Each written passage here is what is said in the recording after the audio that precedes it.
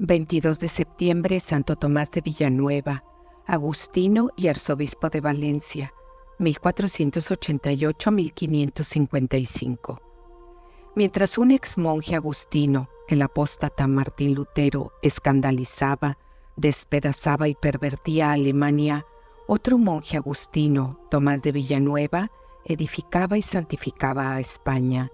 Nació este insigne santo en la villa de Fuenllana, provincia de Ciudad Real, el año de 1488, y se crió en Villanueva de los Infantes, de donde tomó el apellido al entrar en la Orden de San Agustín. Su padre se llamó Alonso Tomás García y era caballero principal de Villanueva. Su madre, doña Lucía Martínez de Castellanos, natural de Fuenllana, era de familia importante de aquella villa. Ambos esposos se señalaron por su caridad con los pobres, los cuales los llamaban los santos limosneros. Repartíales don Alonso las rentas de un molino y a los labradores les prestaba trigo para la siembra y luego se lo perdonaba. Doña Lucía era virtuosísima y muy devota señora. Confesábase y comulgaba cada semana.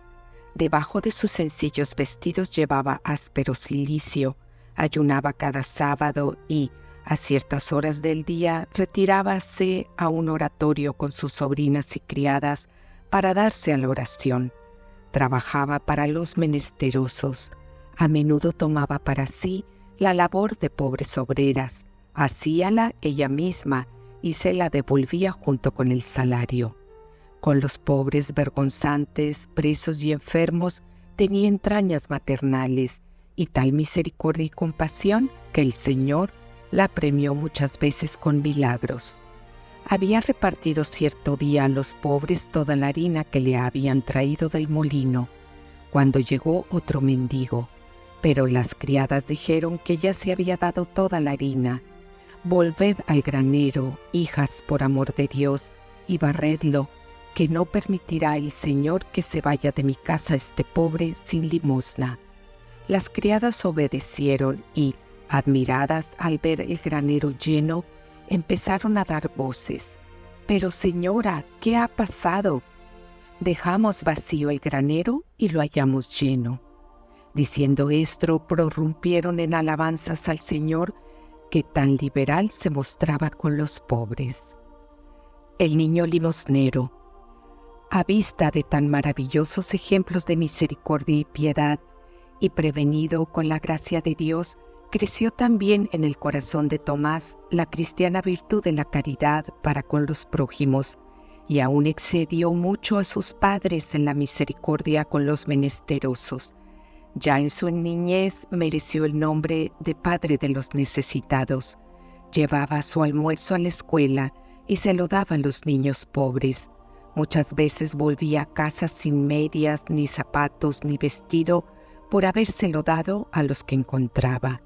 Si llegaba algún mendigo después de que se había repartido todo el pan, Tomás pedía a su madre que le diese la ración que a él le correspondía, como así lo hacía ella a menudo para probar la virtud de su hijo, pero otras veces se lo negaba. Entonces le pedía a Tomás su ración de comida como para comerla con sus amiguitos, pero era para darla de limosna. Estando un día su madre fuera de casa, llegaron 6 pobres. No hallando nada que darles, fuese el santo niño a donde estaba una gallina con 6 pollos que criaba, y repartió los pollos entre los pobres, dando a cada uno el suyo. Vino su madre y preguntándole cómo había hecho aquello, respondió sonriendo: «Señora, no me sufrían las entrañas que los pobres se fuesen como habían venido. No hallando pan ni otra cosa que darles de limosna, les he dado un pollito a cada uno, y si viniera otro pobre, pensaba darle la gallina. Si en casa le regalaban algún dinerillo, iba a comprar huevos y los llevaba corriendo a los enfermos del hospital.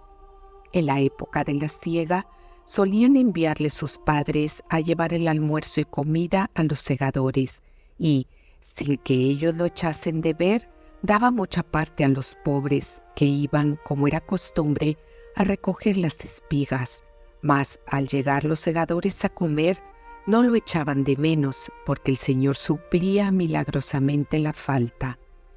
Ya en tan tierna edad, ayunaba los días que manda la Iglesia y muchos más, y se disciplinaba con muchísimo rigor, aunque en secreto. Su madre, empero, lo sabía por haber hallado un día las disciplinas junto a su cama, pero de ello se alegraba y daba gracias al Señor. Siendo de edad de 15 años, enviáronle sus padres a la Universidad de Alcalá, fundada poco antes por el cardenal Cisneros. Tanto aprovechó en los estudios de filosofía y teología que, buscando el insigne cardenal los mejores estudiantes para dar buen principio al Colegio Mayor de San Ildefonso, luego le nombró colegial. Vacando después la cátedra de Filosofía Moral de la Universidad de Salamanca, proveyóla el claustro en Tomás de Villanueva. Pero ya entonces empezó a meditar con atención aquellas palabras del Divino Maestro: quien no renuncia a cuanto posee, no puede ser mi discípulo. Con sus palabras y ejemplos, trajo muchos estudiantes a abrazar vida perfecta, y él mismo, deseoso de retirarse del mundo, pidió al Señor le diese su divina luz para no errar en la elección de estado. Religioso agustino. Estando ocupado en los estudios, supo la muerte de su padre, y así fuele forzado volver a Villanueva para consolar a su madre y disponer del patrimonio. Viendo que había heredado una casa principal, rogó a su madre pusiese en ella camas y ropas, a fin de que sirviese de hospital para pobres y peregrinos. Guardó cuanto necesitaba para el sustento de su madre, y todo lo demás lo repartió a los pobres. Entonces oyó más claramente la divina invitación: olvida tu pueblo y la casa de tu padre. A los 28 años entró en la orden de los ermitaños de San Agustín de Salamanca, donde tomó el hábito a 21 de noviembre del año 1516, festividad de la presentación de Nuestra Señora, a quien tuvo toda la vida ardiente y filial devoción. Acabado el año de noviciado, en el que dio ejemplo de todas las virtudes, hizo su profesión en 1517. Pasados 3 años se ordenó de sacerdote, celebró la primera misa en la fiesta del nacimiento de Cristo nuestro Señor. Su fervor fue tal que, en el Gloria y Prefacio, parecía arrobado en éxtasis. El misterio de aquella festividad, el nacimiento del Verbo, hecho carne por amor a los hombres, conmovíale vivamente, y en sus últimos años no pudo celebrar en público las 3 misas de Navidad por los éxtasis que en ellas tenía. A pesar de su inclinación a la vida retirada y escondida, los superiores no le permitieron ocultar los talentos que había recibido del cielo. Mandáronle enseñar teología en el convento de Salamanca, y él explicó el maestro de las sentencias, Pedro Lombardo, según la mente de Santo Tomás de Aquino, llevando a sus alumnos a un tiempo a la ciencia y a la piedad. Solía decir que el recogimiento del claustro no excluye el estudio de las letras, pero que la ciencia sin la devoción es una espada en manos de un niño, el cual solo puede dañarse con ella sin hacer ningún bien a los demás. Empezó también a predicar en la ciudad. Por su espíritu y su celo, le comparaban con San Pablo y con el profeta Elías. El fruto de sus sermones era increíble. De tal manera trocó la ciudad que los cristianos no aspiraban sino a la penitencia. Don Juan de Muñatones, agustino y a la sazón obispo de Segorbe, decía que a quien mirase entonces a la ciudad de Salamanca no le parecería ciudad de seglares, sino un gran monasterio de religiosos. Oyóle predicar un día al emperador Carlos V, y agradóle tanto el primer sermón que ya quiso oírlos todos, y si no podía ir en público, iba en secreto y mezclábase con la muchedumbre. Luego le hizo su predicador. El santo aprovechó aquella influencia para lograr el indulto de algunos reos. 2 veces fue prior de Salamanca y de Burgos, y muchas del convento de Valladolid. Fue asimismo provincial de Andalucía y de Castilla, habiendo sido antes visitador de ambas provincias cuando estaban juntas. Desempeñó estos cargos con tanta humildad, mansedumbre y celo por la observancia religiosa que todos los frailes le amaban como a padre y le respetaban como a superior. Fue enemigo de toda novedad. Contentábase con hacer observar las leyes de los mayores y las buenas costumbres de las provincias y residencias. Visitaba por sí mismo todos los conventos de su provincia y en ellos solía recomendar 4 cosas principales: la celebración devota, atenta y digna del oficio divino y de la misa, limpieza y aseo de las iglesias y altares, y cuanto se refiere al culto divino, afirmando que ésta era la puerta por donde entran las felicidades a los monasterios. La lectura y meditación de la Escritura Sagrada, como propia para ahuyentar de los religiosos todos los disgustos, inquietudes y tentaciones. La unión y caridad fraterna, verdadera y no fingida, y el amor al trabajo, pues la pereza y ociosidad acaban con todas las virtudes religiosas. Arzobispo de Valencia. En medio de sus apostólicas tareas, levantábase Tomás día tras día a mayor perfección. A muchas personas del siglo logró traerlas a vida santísima, y en los conventos a él encomendados florecieron las virtudes religiosas, pero el Señor le destinaba a mayores trabajos. Quedó vacante el arzobispado de Granada el año de 1528, y el emperador Carlos eligió para ocupar esta sede a Tomás de Villanueva, a la sazón provincial de Castilla. Llamóle para que la aceptase, pero fue tal la resistencia que hizo el santo que desistió esta vez el emperador. 16 años más tarde vacó el arzobispado de Valencia. El emperador se hallaba entonces en Flandes. Nombró por arzobispo de Valencia a un religioso Jerónimo y mandó a su secretario que despachase la cédula, pero al hacerla puso en ella el secretario a fray Tomás de Villanueva. Llevósela al emperador para que la firmase. «¿Qué habéis escrito?», le dijo Carlos V. «Yo no os dije a un agustino, sino a un Jerónimo». «Ciertamente, señor, a mí me pareció haber oído el nombre de fray Tomás, pero haré otra cédula y pondré el que vuestra majestad mande». «No», repuso el emperador, «no deshagamos lo que Dios ha hecho. Aquel primer arzobispo lo nombré yo, este lo nombra Dios». Firmó luego la cédula para fray Tomás, 5 de agosto de 1544, y la despachó a Valladolid, donde estaba de prior el santo. Entristecióse fray Tomás con esta noticia y excusóse con tal resistencia que ni bastaron los ruegos de los grandes señores ni las razones del príncipe don Felipe, pero no tuvo más remedio que ceder cuando el provincial se lo mandó en virtud de santa obediencia. El Papa Paulo III confirmó la elección a 10 de octubre y un mes después le envió el palio.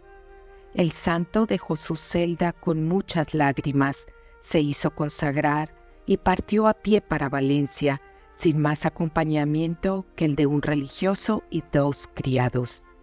El reino de Valencia padecía aquel año grande falta de agua. Fue cosa de maravillar que, al entrar el santo arzobispo por el distrito de su diócesis, luego empezó a llover con abundancia, como presagiando las muchas y grandes mercedes que el cielo reservaba a aquellas tierras. Virtudes del santo. Llovía a cántaros cuando llegó el santo a la puerta del convento de Valencia con su compañero. El hermano portero los vio llegar y al preguntarles de dónde y a qué venían, fray Tomás solo le dijo que pedían hospitalidad para un par de días, pero el prior, que esperaba la llegada del arzobispo, empezó a sospechar si sería uno de aquellos 2 padres. Con todo, al verlos tan sencillos, sin cartas de obediencia, sin acompañamiento ninguno, le daba que pensar. Recibiólos, no obstante, al verlos tan modestos y compuestos, pero les pidió dispensa si no podía servirlos como merecían, por ser el convento muy pobre. «No se moleste, padre prior», le dijo fray Tomás. «Este padre y vuestro servidor nos contentaremos con una celdilla mientras duren las lluvias. Por lo que al sustento se refiere, ya nos arreglaremos. Pronto vendrá el criado encargado de los gastos del viaje». Al fin, el prior tuvo atrevimiento para preguntarle: «Os suplico, padre, por amor de Dios, que me saquéis de duda. ¿No sois por ventura el señor arzobispo?». «Sí, lo soy», respondió Tomás, no pudiendo ya ocultar la verdad, aunque muy incapaz e indigno. El prior se arrodilló ante él admirado y le besó la mano. Hizo su entrada en Valencia a 1 de enero de 1545, vestido con el pobre hábito de monje. Todos admiraban su recogimiento y devoción. Los canónigos, viéndole tan pobre, le enviaron 4,000 escudos para que amueblase su casa, pero él los mandó al hospital para alivio de los enfermos. Parte del clero de aquella diócesis llevaba por entonces vida menos ejemplar, por haberse administrado mucho tiempo por vicarios y visitadores, sin asistencia del propio pastor. Y no es pequeña prueba de la vitalidad divina de la Iglesia el haber atravesado los siglos con continuada prosperidad, a pesar de la flaqueza de los hombres. El santo emprendió la reforma de su arzobispado con leyes santísimas y prudentísimas y, sobre todo, con el ejemplo de su vida pobre y muy austera. No dejó con la dignidad de arzobispo las virtudes de religioso. Solo manjares ordinarios se ponían en su mesa, a más de los ayunos de regla que siguió observando rigurosamente en el Adviento, Cuaresma y vigilia de las fiestas. Solía ayunar a pan y agua. Traían los mismos hábitos que en su convento y, siempre que podía hacer, los remendaba él mismo. Si le rogaban que se vistiese más conforme a su dignidad, respondía que tenía hecho voto de pobreza. Una vez, con todo, dio gusto en los canónigos poniéndose bonetillo de seda, pero luego decía con mucha gracia señalando el bonetillo: «Veis aquí mi arzobispado, porque no les parece a los señores canónigos que soy arzobispo si no traigo bonetillo de seda. No consiste la autoridad de un prelado en lo precioso de las ropas, sino en el celo de las almas que Dios le ha encomendado». Su palacio era la mansión de la pobreza. Jamás sufrió ni tapicería ni sobremesas. Dormía ordinariamente sobre un haz de sarmientos, con una piedra por cabecera. Esa fue la principal industria del santo arzobispo para reformar al clero, el ejemplo de su santa vida. Su primer acto oficial, al tomar posesión, fue anunciar la visita de la diócesis con una pastoral en la que exhortaba a todos a la perfecta conversión. 2 meses después de esta visita convocó sínodo provincial para recordar a los sacerdotes las leyes eclesiásticas. Muchos se enmendaron y con su ejemplo, benignidad y prudencia traía cada día alguno a vida fervorosa y santa. Hízose muy amigo de un canónigo que algo daba que hablar, y poco a poco le fue trayendo a ser ejemplo de la ciudad. Sabiendo que otro sacerdote no se le enmendaba, le llamó un día a su oratorio, y estando con él a solas, le dijo: «Hermano, yo tengo la culpa de vuestra obstinación. Mis pecados son causa de que menospreciéis mis amonestaciones, y pues tengo yo la culpa, yo pagaré la pena». Dicho esto, se arrodilló delante de un crucifijo y, descubriendo sus espaldas, empezó a herirlas reciamente. El clérigo, confuso y avergonzado, se echó a sus pies y con lágrimas y sollozos prometió enmendar su vida, como así lo hizo. Un libro entero sería menester para referir ejemplos semejantes y, ¿qué diremos de su misericordia y caridad? El arzobispo de Valencia tenía de renta 18,000 ducados.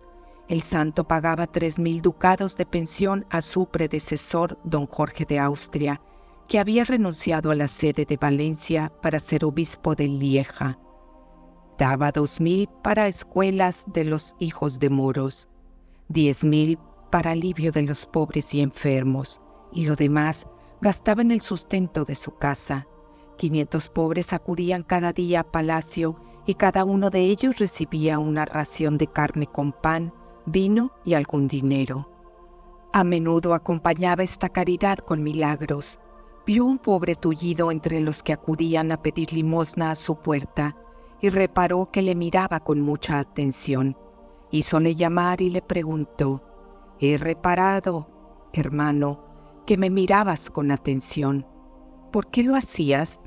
¿Acaso no te basta la limosna que te dan?» «Señor», respondió el pobre, «para mí harto me dan, pero tengo mujer y 2 hijos, y repartido con ellos padecemos grande necesidad.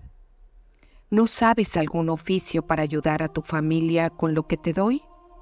«Sastre soy, señor, y si yo tuviera salud, con ella sustentara mi casa». «Pues, ¿qué quieres?», le dijo el santo, «¿salud o limosna?» «Oh, si yo tuviera salud», repuso el pobre. «En el nombre de Jesucristo Nazareno crucificado», le dijo Tomás, «deja esas muletas y vete con salud a trabajar en tu casa». Al punto sanó el tullido y fue a vivir de su oficio. Éxtasis, su muerte. A menudo premiaba el Señor con gracias extraordinarias todas estas obras hechas con tan viva fe y ardiente caridad.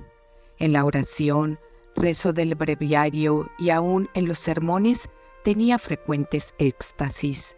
Nunca temió tanto no salvarse como desde que fue arzobispo, y por eso quería renunciar a aquel cargo para vivir a solas con Dios retirado en su celdilla de fraile. Pero ni el Papa Julio II ni el emperador atendieron sus ruegos. Entonces acudió al Señor. Muchas noches pasó el santo ante un crucifijo, llorando y orando para que le librase Dios de carga tan pesada. Una noche, en acabando de rezar el miserere deshecho en llanto, le habló el Santo Cristo y le dijo: «Ten buen ánimo, que el día del nacimiento de mi madre vendrás a mí y descansarás». Enfermó el día 29 de agosto de una grave calentura que fue subiendo día tras día. Fue a verle el obispo de Segovia y le dijo que los médicos tenían ya poca esperanza de su curación. El santo se puso de rodillas y exclamó: «Heme llenado de gozo con lo que acaba de serme dicho. Iremos a casa del Señor». Luego añadió, moderando un tanto su alegría: «Señor, si todavía me necesita tu pueblo, no rehúso el trabajo. De lo contrario, ansío morir para llegarme a ti».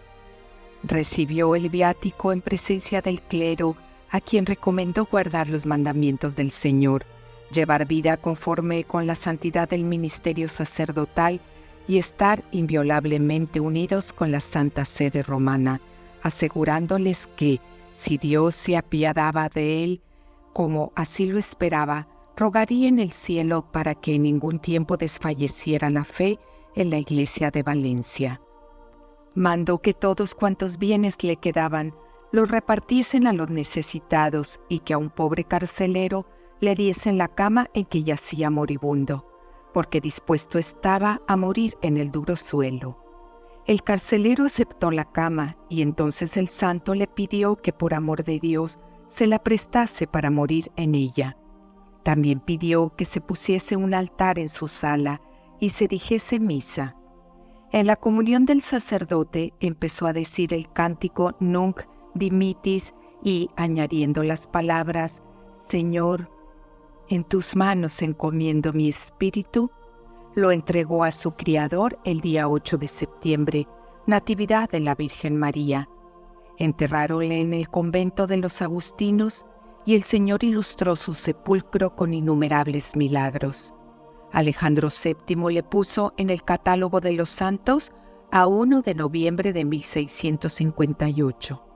La Iglesia celebra su fiesta el día 22 de septiembre, pero la Orden Agustiniana suele celebrarla a 18 de septiembre.